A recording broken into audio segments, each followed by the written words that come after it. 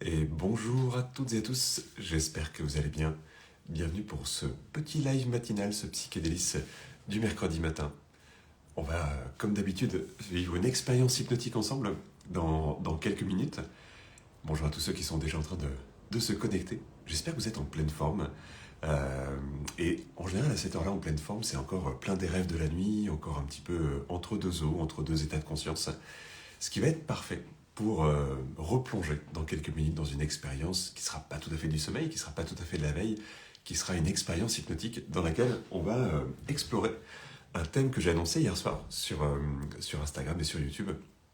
Et ce thème, ça va être la sublimation, comment on peut partir d'une difficulté de vie quelquefois, d'une douleur psychique, d'une douleur émotionnelle, pour en faire quelque chose de beau, pour la transcender, pour la transformer. On va vivre cette expérience ensemble dans quelques minutes. Je laisse à tous ceux qui sont en train de se connecter le temps d'arriver. Et bonjour à tous ceux qui mettent des petits messages. Euh, donc peut-être pour ceux qui découvrent un petit peu ces lives, l'idée c'est, il y a environ 3 parties, même si tout ça dure assez peu de temps. L'idée c'est de faire des lives assez courts comme ça le mercredi matin. Quelques minutes d'explication autour d'un thème, une expérience qui va durer une bonne dizaine de minutes. Et puis après, on prend le temps de débriefer un petit peu si vous avez des questions, des retours d'expérience, ou même peut-être élargir un petit peu le cadre avec d'autres questions ou d'autres partages. À chaque fois, les expériences sont faites pour être ouvertes à tous. Donc même à des gens qui découvrent complètement, on ne va pas chercher forcément des expériences très profondes comme ça le matin. Même si vous allez voir sur un thème comme ça, il peut y avoir des émotions, il peut y avoir des prises de conscience, il peut y avoir plein de belles choses qui peuvent se passer. En tout cas, l'idée, c'est que ça puisse vous toucher, vous accompagner comme ça sur la journée, voire sur la semaine, et que vous puissiez vous sentir particulièrement bien et rempli de quelque chose de beau après cette expérience. Et donc ce matin, on va parler de la manière dont on peut transformer certaines choses qui peuvent nous arriver. C'est toujours sur un thème dont je parle depuis quelques semaines, puisque c'est le thème qu'on a ajouté sur la plateforme Psychonautes, qui est le thème de la résilience. Il y a quelques jours, j'avais fait un petit post là-dessus pour parler de ce qu'on appelle la résilience de façade, qui est toujours sur mon compte Instagram. Et la résilience de façade, c'est souvent une des premières étapes de la résilience. Et l'idée de la résilience, peut-être pour redéfinir ça, c'est que parfois, quand il nous arrive quelque chose qui est fort et difficile à vivre, donc un accident de vie, ça peut être un deuil, ça peut être un échec, ça peut être simplement quelque chose qui ne s'est pas passé comme on aurait aimé, qui nous a touchés, eh bien, on a tous plus ou moins ce qu'on appelle une capacité de résilience, c'est-à-dire à se reformer après une difficulté pour la dépasser. La résilience de façade, c'est quelquefois quand on réagit en se blindant, en se protégeant, on a l'impression du coup qu'on a bien réagi, mais finalement on reste dans quelque chose qui est un peu difficile. C'est comme quelqu'un qui mettrait simplement une armure pour se protéger.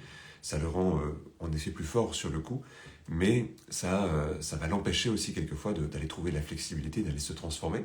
Donc ça, c'était plutôt la question de la résilience de façade. Il y a le petit post pour ceux qui n'ont pas vu passer sur Instagram là-dessus. Mais ce matin, je voulais parler d'une étape qui est un peu plus avancée dans la résilience. C'est le moment où on est prêt à transformer la difficulté en quelque chose de nouveau. Cette idée de sublimation, comme si on venait faire passer une chose d'un état à un autre état. Et pour ça, pour cette expérience de ce matin, je vais vous demander dans quelques minutes, mais vous pouvez déjà peut-être vous préparer un petit peu à ça, je vais vous demander de penser à quelque chose qui pour vous n'est pas complètement terminé. Et donc en général, quelque chose qui n'était pas forcément très agréable sur le coup. Je m'aperçois que j'ai une voix pas très très réveillée, la nuit a été courte. J'espère que ça reste. J'ai la voix du matin, ça fait une voix grave, mais ça fait une voix pas réveillée aussi. Mais en tout cas, donc ouais, je vais vous demander de penser à quelque chose qui pourrait pour vous être pas complètement terminé. Je ne sais pas si vous avez quelque chose comme ça en tête, mais ça peut être un stress et quand vous y pensez, même si c'est dans le passé, vous dites tiens, je le ressens toujours, il est toujours un petit peu là en moi. Ça peut être une déception, ça peut être une colère, ça peut être une frustration, ça peut être simplement une incompréhension. Ouais, ce genre d'émotion, ce genre de ressenti qu'on peut avoir, ça devrait être dans le passé parce que c'est arrivé il y a quelques jours, il y a quelques mois, voire il y a quelques années.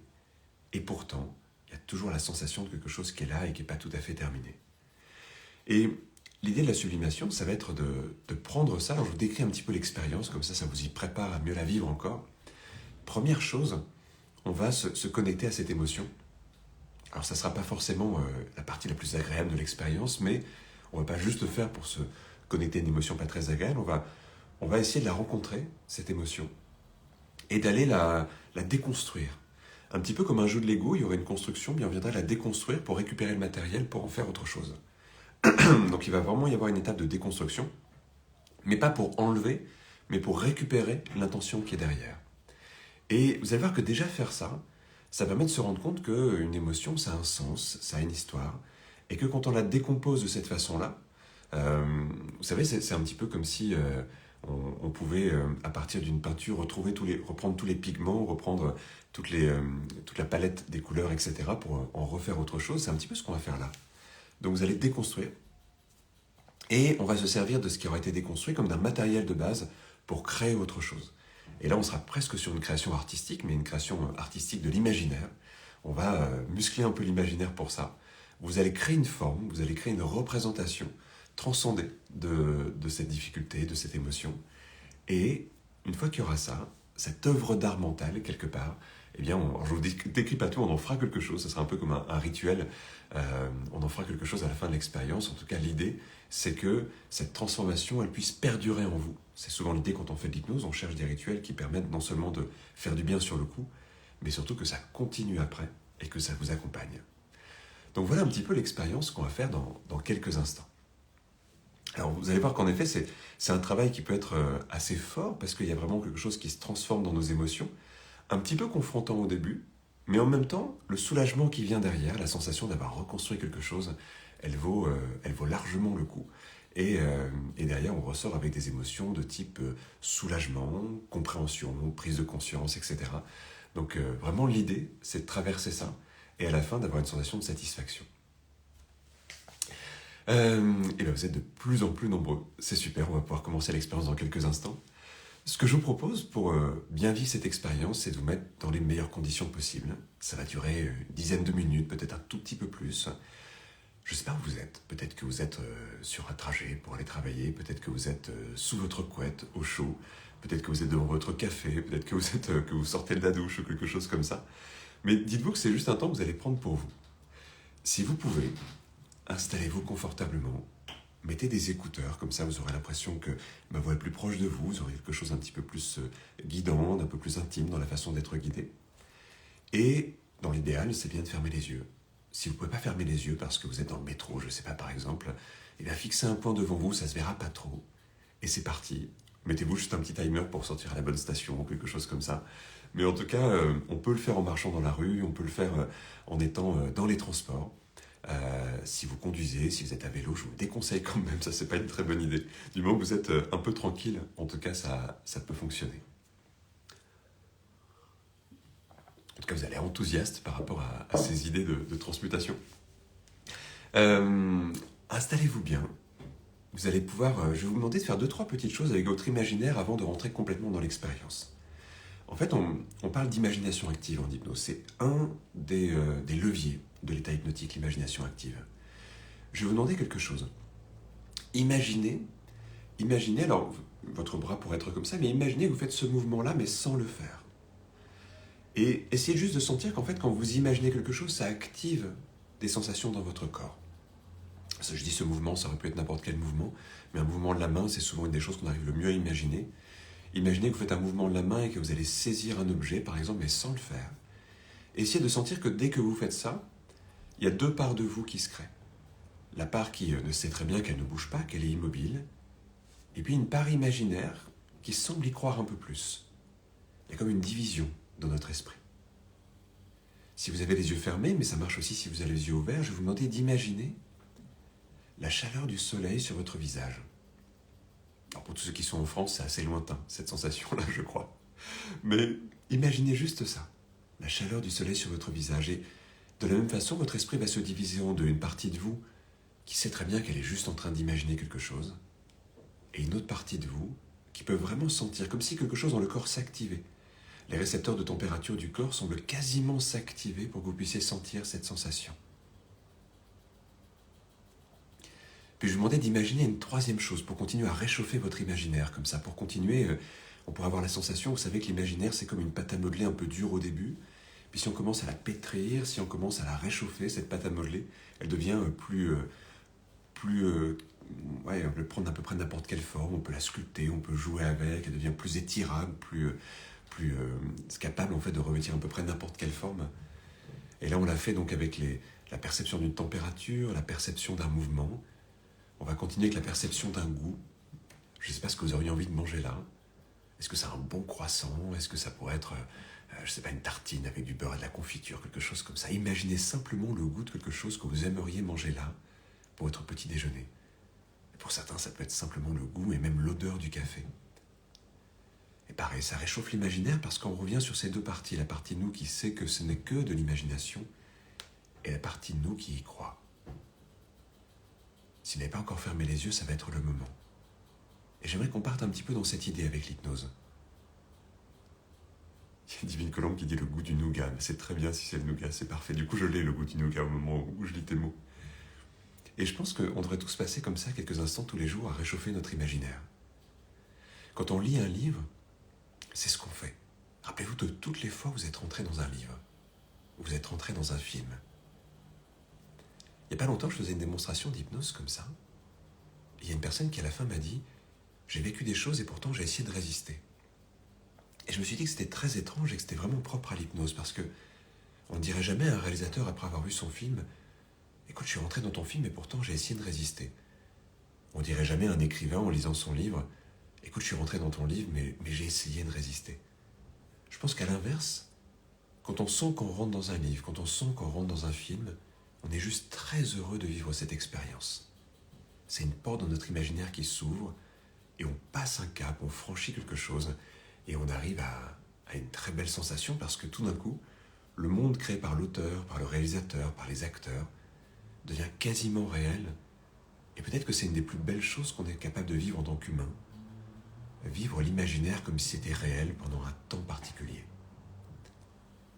Et c'est comme ça, tout doucement, que je vous propose d'entrer dans une expérience hypnotique. Mais ce n'est pas dans l'imagination d'un auteur ou d'un poète ou d'un réalisateur que vous rentrez, mais dans la vôtre, dans votre imagination.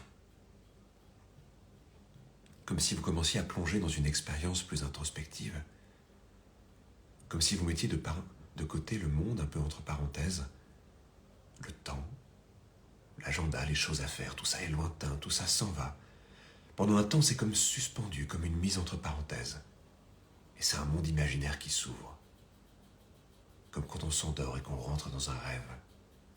En écoutant les mots et en écoutant la voix, vous glissez comme ça tout doucement vers ce monde des songes, vers des images, vers des sensations particulières. C'est un peu comme si notre esprit, comme ça, pouvait s'évader pendant quelques minutes et partir. Et partir à la recherche de quelque chose d'important en vous. Ce que vous allez chercher, ce que vous allez trouver en vous, ça va être quelque chose comme, je le disais il y a quelques minutes, quelque chose qui n'est pas tout à fait terminé. Une douleur émotionnelle, un stress, une colère, une rancœur, une tristesse, une frustration. Il y a plein de choses comme ça en nous qui peuvent ne pas être terminées.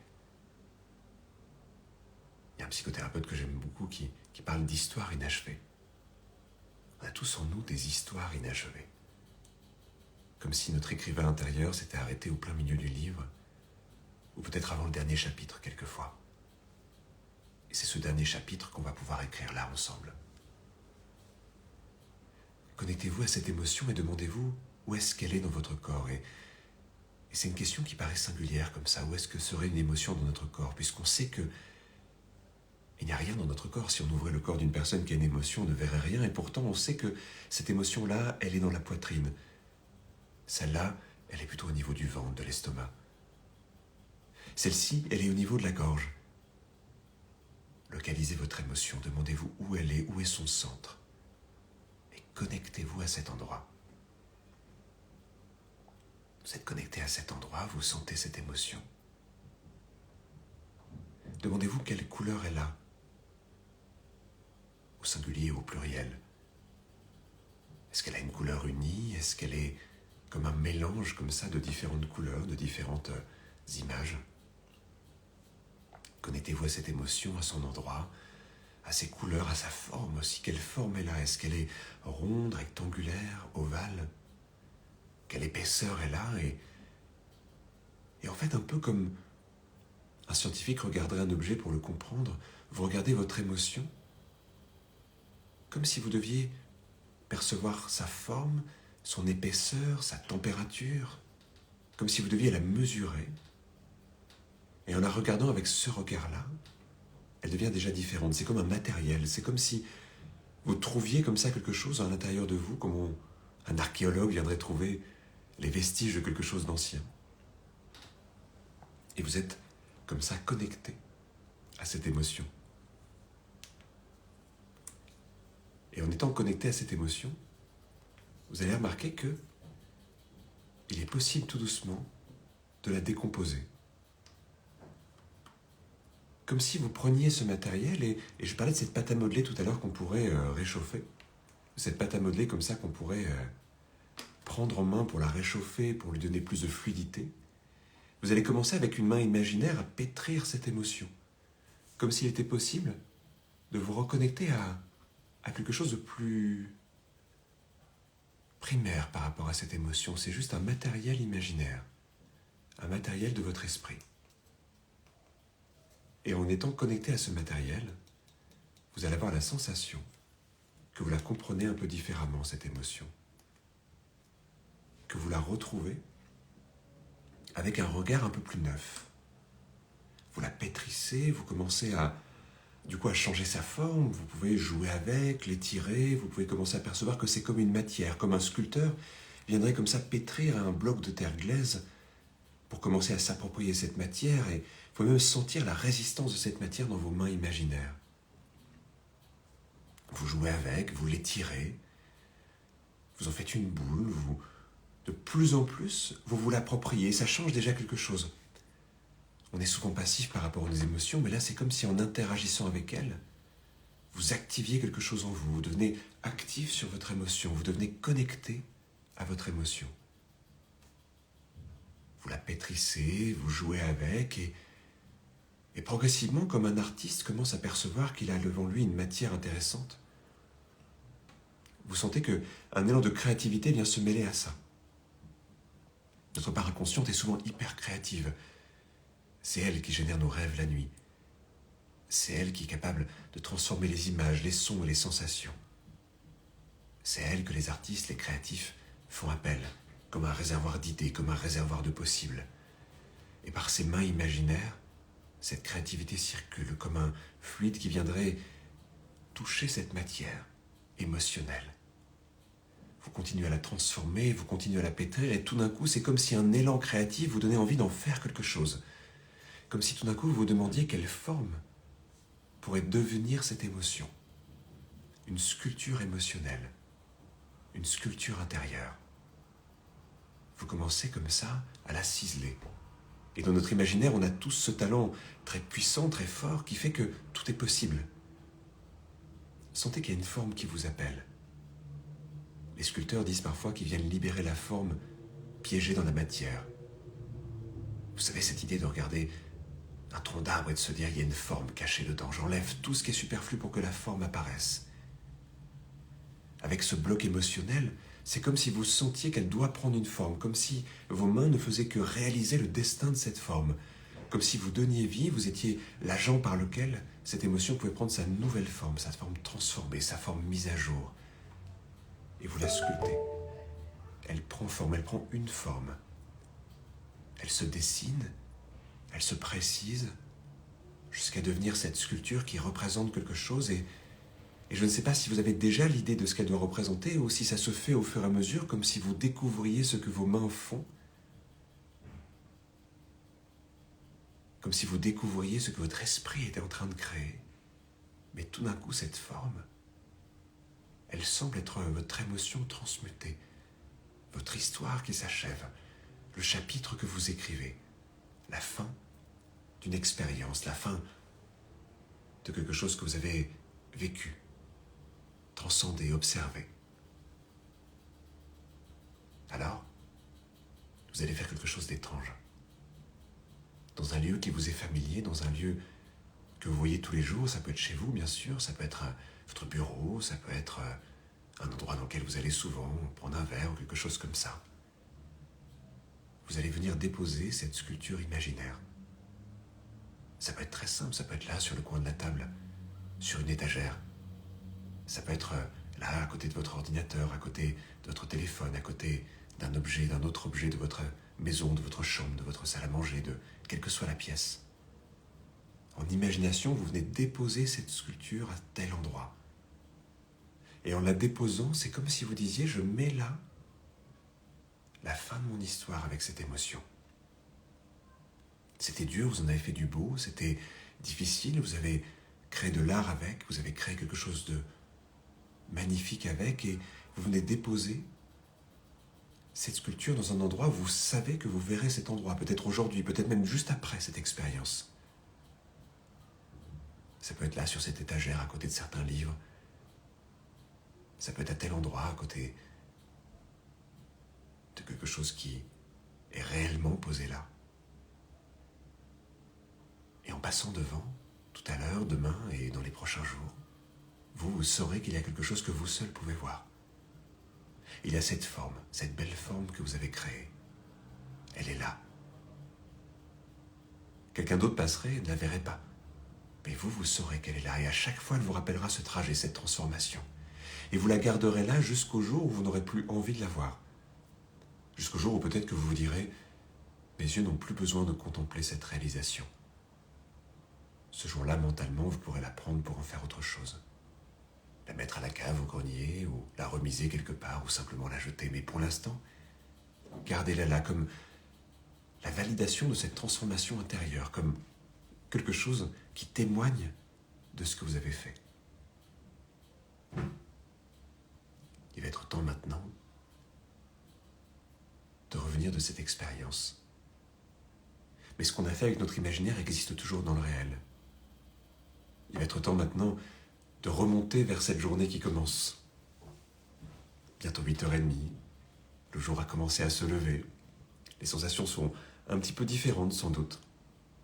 Après cette expérience, on revient tout doucement dans le monde, recommencer à bouger, à respirer, recommencer à vous connecter à ce qui est présent autour de vous. Ouvrez les yeux quand c'est le bon moment pour vous. Et on va se prendre quelques minutes pour débriefer de cette petite expérience matinale. J'espère que vous êtes régalés, j'espère que ça a été bon pour vous. Et je vous invite à partager ce que vous avez traversé, comment vous avez transcendé cette émotion, qu'est-ce que vous en avez fait, quelle a été la forme finale de cette sculpture. Et puis peut-être que ça a amené des questions, peut-être que ça a amené des choses un peu particulières, parce qu'évidemment chacune vit cette expérience d'une manière qui lui est propre. Et déjà, il y a pas mal de petits messages qui arrivent. Merci. Merci pour vos messages, ça avait l'air d'être sympa déjà, dès les premiers témoignages. Une très belle expérience. Écoute, super. En oiseau, ça veut dire que la forme que tu as créée, tu as une forme d'oiseau. C'est assez symbolique, l'oiseau, pour le coup. C'est vrai qu'on peut y voir l'envol, la légèreté, des choses comme ça. Donc c'est des formes qui semblent assez sympas. Une vague, intéressant aussi. C'est vraiment ce que j'ai un tableau qui me revient, je crois, d'un peintre russe où il y a juste une énorme vague comme ça au milieu d'un tableau. C'est un tableau qui m'avait pas mal marqué. Magnifique expérience. Un gros glaçon devenu un beau soleil, c'est joli ça. Passer du froid au chaud. Un arbre, oui, c'est aussi un beau symbole, ça, quelque chose qui peut pousser, qui peut grandir. Alors, je ne sais pas comment vous avez fait pour ensuite mettre cette forme peut-être chez vous. J'imagine que pour beaucoup, ça a été chez vous, dans un endroit particulier. Évidemment, parfois, on a créé un truc énorme, il faut le remettre à la bonne taille pour qu'on puisse se poser à tel endroit ou à tel endroit. Mais ce qui va être intéressant dans les prochains jours, c'est de voir comment, en passant devant cet endroit, quelque chose en vous saura ce qu'il y a. Et c'est là que c'est intéressant de se créer des rappels imaginaires, parce qu'on s'aperçoit qu'en fait, ce qui nous fait réagir au présent, c'est pas la réalité, mais l'imagination. C'est quelque chose qu'on connaît depuis quasiment un siècle, puisque c'était une des intuitions d'Émile Coué au début du siècle dernier, l'idée que l'être humain ne vivait pas dans la réalité, mais dans son imagination, et que pour l'aider, il fallait comprendre mieux son imagination. À l'époque, Coué, il avait des intuitions, mais c'était un peu tôt pour avoir une compréhension neuroscientifique telle qu'on pourrait l'avoir aujourd'hui. Et pourtant, il avait déjà cette intuition, et peu de gens la comprenaient à l'époque, alors qu'aujourd'hui, elle paraît normale, en fait, cette intuition-là, elle paraît logique, cette intuition, mais parce que notre forme de pensée a beaucoup évolué en un siècle. Et en tout cas, ça nous permet de nous rappeler que dès qu'on fait quelque chose avec notre imaginaire, il y a une partie de nous qui y croit vraiment. Pour moi, c'est le début de la soirée. Alors, je sais pas où tu habites, mais bonne soirée du coup. Il est posé sur mon bureau. J'ai modelé un arbre et j'ai fini par une montagne. Waouh, carrément une montagne sur ton bureau. Ma forme est des arcs-en-ciel, c'est joli ça aussi. J'ai créé un cœur avec la tristesse. C'est beau ça. Qu'est-ce que ça vous a fait quand vous avez transmuté, quand vous avez transformé cette forme en quelque chose de beau? Vous savez, souvent les artistes racontent ça, hein, c'était l'artiste qui va dire mais moi j'ai composé cette musique depuis une douleur par exemple sentimentale et puis c'est devenu une œuvre d'art et ça m'a aidé à dépasser quelque chose. En fait cette idée de transmuter, les artistes souvent le font assez bien parce qu'ils savent le faire, parce que c'est en eux de le faire. Et en même temps je pense que c'est une compétence que tout le monde pourrait apprendre. Et j'en parlais au début, je parlais de résilience et en fait les gens qui sont très résilients ont souvent fait quelque chose de beau de leurs difficultés. C'est vraiment l'opposé de la résilience de façade dont je parlais au tout début. On va se protéger pour ne plus se confronter à la vie. C'est souvent ça, hein, la résistance de façade. La résilience de façade plutôt. Alors que la résilience aboutit, surtout quand elle arrive à ce genre de transmutation, c'est je n'ai plus peur de ce qui m'est arrivé puisque j'en ai fait quelque chose de beau. Et donc j'ai grandi, j'ai mûri, j'ai appris. Et même si ça m'a confronté, il y a quelque chose de vivant qui reste de ça. La résilience de façade est souvent un peu inerte, un peu morte. C'est je me coupe du monde pour ne plus me confronter à ce genre d'émotions, par exemple. Donc il y a un déni de réalité, déjà, et puis un abandon d'une partie de nous. Alors que là, il y a plutôt un ressenti et puis une connexion à nous-mêmes.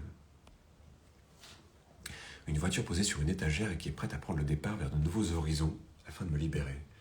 Ben, écoute, je te souhaite une bonne libération, Nico. Un oiseau avec des ailes qui s'ouvrent, joli. C'est quoi le thème? Je vais mettre en replay, tu vas voir, c'est sur la résilience. J'ai transformé un tourbillon noir, une grande colère, en une fontaine avec des faisceaux bleus et roses posés sur un cœur. Génial. Merci pour cette expérience. Au début, c'était une lame de guillotine, d'accord. Puis ça s'est transformé en une fleur de vie. Eh bien, écoute, on est passé du bourreau au jardinier. C'est pas mal. Je trouve ça joli, en tout cas.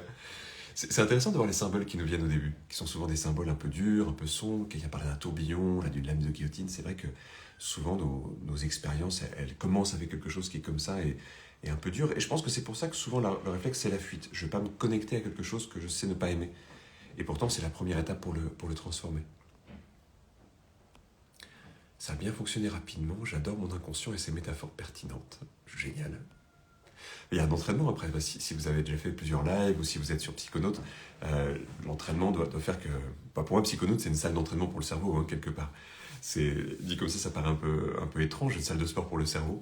Mais au lieu de soulever des poids, eh bien on va jouer avec notre imaginaire de plein de façons différentes. Donc forcément, on gagne en compétences à chaque expérience quasiment.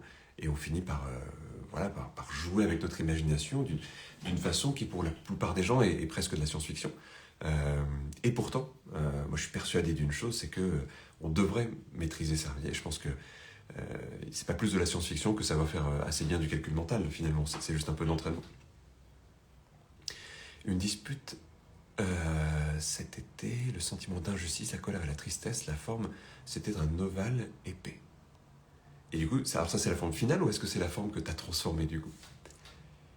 J'ai créé plusieurs sculptures, j'en ai mis partout. D'accord. T'as redécoré ton appartement, du coup, c'est génial. Plusieurs cœurs dans toutes les couleurs, génial. Après, on peut redécorer chez soi avec des sculptures imaginaires au fur et à mesure. Alors, j'ai dit sculpture parce que je suis parti de cette métaphore de quelque chose qu'on pouvait sculpter, mais je la trouve plus engageante. On aurait pu prendre de la peinture. J'ai choisi sculpture parce que vraiment, cette idée de pétrir l'émotion avec son imagination et des mains imaginaires, je pense que c'est plus engageant encore, dans le sens où on vient vraiment jouer avec quelque chose, on vient vraiment se l'approprier puis le transformer. Mais on peut imaginer d'autres formes d'art après. Peut-être à vous de trouver aussi celle qui vous parle le plus si vous la refaites, cette expérience. Je regarde un petit peu les commentaires. Est-ce qu'il y a des questions? Rempli de gratitude avec cette émotion désagréable qui s'est transformée dans la matière imaginaire, j'ai adoré, la mienne fut une grande tour totem transparente. Waouh! Ce serait marrant de pouvoir prendre des photos de notre imaginaire pour partager. Mais là, du coup, je ne peux qu'imaginer ce que tu dis, mais ça a l'air sympa. C'était génial cette expérience. J'ai passé un excellent moment de création. J'ai créé un beau bouquet de fleurs à partir d'une boule jaune et ce bouquet est posé sur une étagère. Et tu vas voir, c'est des fleurs qui tiennent le temps si on le souhaite. On peut s'amuser avec. Bon, ça fait plaisir de lire vos commentaires. Vous avez des conseils? Comment faire pour ne pas s'endormir? Peut-être le faire dans une position qui n'est pas trop confortable. Moi, tu sais, l'auto-hypnose, je la pratique souvent assis sur un tabouret, sur une chaise, même pas adossé. parce que, alors ça dépend si on est fatigué ou pas, mais si je suis un peu fatigué, en tout cas je fais ça systématiquement, parce que je trouve que c'est dommage de s'endormir, et c'est voilà, c'est comme en méditation, en fait. C'est vrai que tu pars dans ton imaginaire, donc il peut y avoir des ponts vers le sommeil qui peuvent se créer. C'est évidemment pas souhaitable, parce que si ton cerveau apprend que l'hypnose est un sas vers le sommeil, ben, il va ancrer cet apprentissage, et après ça va être plus dur de ne pas s'endormir à chaque fois. Donc je te conseille peut-être avant des choses toutes simples, hein. Tu te mets un peu d'eau sur le visage, tu bouges un petit peu, tu t'assois dans une position qui est un peu confortable mais pas trop non plus, et tu vas voir que tout ça te permet de vivre des expériences voilà, sans avoir la tentation de dormir. Puis souvent les expériences d'auto-hypnose vont durer 10 minutes, un quart d'heure, c'est déjà long pour une expérience d'hypnose ou d'auto-hypnose. Quand on fait des séances en cabinet, c'est souvent des séances d'1 heure, mais quand on travaille pour soi, on fait souvent des expériences un peu plus courtes. Sur Psychonautes, en moyenne, les expériences sont d'un quart d'heure. Il y a même souvent des expériences de 10-12 minutes. Puis parfois certaines qui font 20-25, mais c'est plus rare. Et parce que c'est un temps aussi où on sait qu'on mobilise l'esprit de manière assez conséquente. Au-delà de ça, souvent, on peut divaguer un peu, on peut s'assoupir un peu et tout ça. Donc reste dans des temps plutôt courts aussi. Là, je crois que l'expérience dure une douzaine de minutes. Donc normalement, tu vois, si tu bouges un petit peu avant, si tu respires bien, si tu es dans une bonne position, tu ne devrais pas avoir voilà, t'endormir trop. Après, ben voilà, pour ceux qui sont un peu plus habitués ou en pleine forme, sous la couette, ça marche bien aussi, hein. C'est juste pour ne pas avoir cette tentation-là. J'ai préféré lâcher mon étoile de mer au large d'une plage de Martinique. Alors, tout est possible. C'est vrai que moi, j'aime bien la dimension où on garde cette œuvre près de soi au moins pendant un temps, parce que je trouve que c'est une dimension d'apprentissage aussi. Donc c'est pour ça que je vous ai suggéré ça. Mais après, évidemment, on est toujours très libre dans ces expériences. Et l'idée, c'est de mettre les choses où elles semblent devoir aller. Donc parfois, on sent qu'on doit rendre la forme qu'on a créée à un univers particulier, à un endroit naturel. On pourrait même aller jusqu'au bout du rituel, hein, j'espère, aller enterrer cette forme imaginaire quelque part, mais vraiment le faire quasiment concrètement. Il y a des rituels dans lesquels il y a des gens qui font ça, et je trouve ça plutôt joli. L'émotion s'est déplacée du ventre en colère vers le cœur rempli d'amour. Joli aussi, ça. J'ai sculpté un magnifique vase de Chine bleu et blanc. Waouh! Superbe. Alors, je regarde s'il y a des questions, parce que je vais bientôt devoir vous laisser. Il y a plein de jolis commentaires. C'est assez magnifique. Je ne lis pas tous à voix haute, parce qu'il y en a des centaines, mais ça fait vraiment chaud au cœur de voir tout ça. Alors, est-ce qu'il y a des questions magnifiques en force? C'est marrant, les formes que vous avez créées sont assez inspirantes. Ça serait drôle de pouvoir regarder l'imaginaire des gens. Ah, t'as fait ça, ça ressemble à ça. Ça a provoqué un allègement général dans tout le corps, surtout au niveau des épaules. Les problématiques de la vie réelle ont perdu en intensité. C'est vraiment merveilleux. Eh bien, je te souhaite une belle journée avec tout ça, Candy. Pourquoi parles-tu de division du cerveau? Ne serait-ce pas de la contemplation? Alors, je ne crois pas avoir parlé de division du cerveau, mais de plusieurs parties de nous. Et il se trouve qu'en fait, c'est plutôt comme ça que l'esprit humain fonctionne. Il y a des multiparties. On a une partie qui fait quelque chose, une partie qui fait autre chose. On a des parties qui parfois sont en conflit, qui parfois vont collaborer. Et c'est à la base de quasiment... on va retrouver cette idée de partie intérieure dans quasiment toutes les formes de psychothérapie, parce que tout simplement, c'est quelque chose qui a été pas mal étudié du côté des sciences cognitives. Et en gros, voilà, le cerveau humain est multipartie. Et on peut ne pas s'en apercevoir au quotidien, mais dès lors qu'on travaille sur notre fonctionnement, dès lors on fait un travail thérapeutique ou un travail d'introspection, on va s'apercevoir de ces différentes parties qui fonctionnent. Donc ça reste une métaphore, parce que c'est une manière d'envisager ce qui se passe, mais en même temps, c'est une métaphore qui est assez proche de ce qu'on comprend de la réalité du fonctionnement intérieur. Donc c'est pas en soi le cerveau, c'est vraiment le fonctionnement humain qui est comme ça. Comment refaire la séance pour un autre problème? Alors, plusieurs choses. Déjà, je vais laisser cette séance en replay sur mon compte Instagram pendant au moins un jour ou deux. Je ne laisse pas trop longtemps les séances, parce que comme je les improvise beaucoup, et puis qu'il y a toujours des... Enfin voilà, c'est vraiment un peu à chaud comme ça. Je préfère que ça soit bien pour les gens qui la prennent tout de suite sur le coup. Mais pour quelqu'un qui arriverait dans 3-4 mois, peut-être que je ne serais pas très à l'aise avec la séance. Donc ça m'est arrivé d'en laisser quelques-unes, mais voilà, je laisse souvent un jour ou deux. Après ce genre d'expérience, vous pouvez aussi les retrouver sur Psychonautes, avec même un truc un peu plus complet, un peu plus entier. Il y a tout un parcours sur la notion de résilience, avec une douzaine d'expériences comme ça qui forment tout un accompagnement, quasiment un accompagnement entier qu'on pourrait faire pour passer d'une étape de blocage à une étape de compréhension et de transformation. Et dans ce parcours sur la résilience, tu vas trouver une expérience qui ressemble un petit peu à celle-là sur le dernier chapitre de la résilience. Création d'une fleur sans identifier l'émotion, ça veut dire quoi? Ah ben, je sais pas, ça c'est vraiment, il n'y a que toi qui peux le savoir. Je sais pas en fait quand tu dis pas identifier l'émotion, est-ce que tu es parti d'une émotion sans pouvoir mettre de mots dessus? Et au fond, si c'est le cas, c'est pas très grave. L'important, c'est d'être parti d'une émotion. Mais parfois, une émotion est là, on sait plus très bien à quoi elle correspond. Après, ce que tu en as fait, le symbole que tu en as créé, il t'est propre, donc je peux pas y mettre moi de signification. Mais toi, si c'est ça que tu as voulu créer, c'est sans doute qu'il y a un sens derrière ça, en tout cas. Alors, je vais devoir vous laisser dans quelques instants. Je t'invite de regarder un petit peu les commentaires. Je n'arrive pas à remonter jusqu'au présent. Ah voilà, ça y est, j'arrive à la fin des commentaires.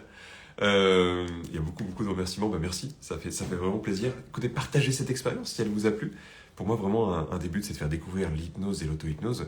Donc là, on est dans une hypnose guidée. On peut après se refaire ce genre d'expérience une fois qu'on a compris la trame par auto-hypnose.